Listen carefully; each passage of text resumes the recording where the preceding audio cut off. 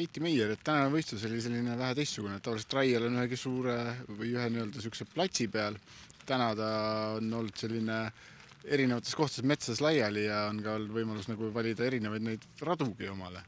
Et kas see on nagu söö jaoks põnevam või kuidas see selline lahendus tundub sulle? No tegelikult traialivõistlus tavaliselt ei olegi platsi peal, vaid ongi nagu laiali metsades või vähemalt need võistlus, kus mina käin, MM ja nii. Aga punkti traial on veits teistsugune kontseptsioon, kus siis eesmärk on koguda võimalikult palju punkte ja võtad täpselt nii palju väravaid, kui ise suudad ära sõita minuti 30-ga. Ja siis iga värv annab teatava punktisumma. Siin nüüd läks ka päeva lõpus läks tegelikult rada peal raskemaks, et hakkas vihma sadama, et sul vist läks õnneks, et sa pääsesid enne vihma minema. No mulle meeldib hoida sellist tempot, et ma väga palju aega mulle meeldi raisata, et ma teen ära ja liigun kohe järgmisele katsele, ehk siis ma olen keskmisest kiirem sõitja ja ma lõpetasin täpselt enne seda sadu. Kui seda nagu vaadata, kui sellist metsavahelist rada, kui vihm peale tuleb, et kui palju see nagu ajaliselt hakkab mõjutama seda, et ta muutub üsnagi libedaks ju? Ja no see kanjoni katse, see vist muutus nagu päris läbimatuks, et ma nägin päris mitmed olid kiivrid mudas, et peab pidi alla sealt veerend.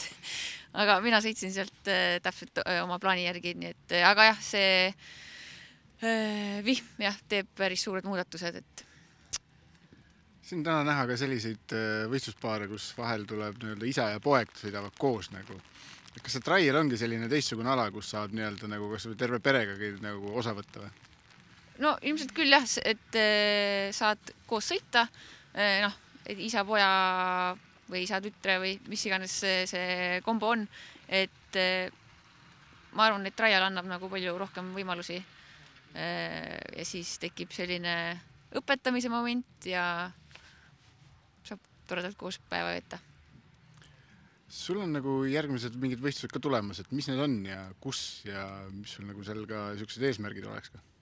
Minu järgmine võistlus on 2 nädala pärast Itaalias, siis on maailmameistrivõistluste 5. ja 6. etapp ja siis peale seda on veel üks maailmameistrivõistluste nädalavahetus septembris.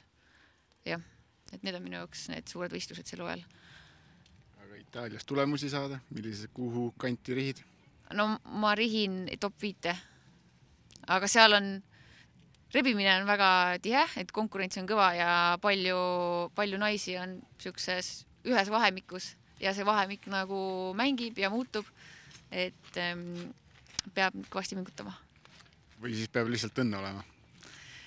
No mõnikord jah, õnn ka, aga traialis ikkagi, kui sul on plaan on halb või oskust pole, siis ei saa midagi teha. Aga tänud sulle, edu! Aitäh!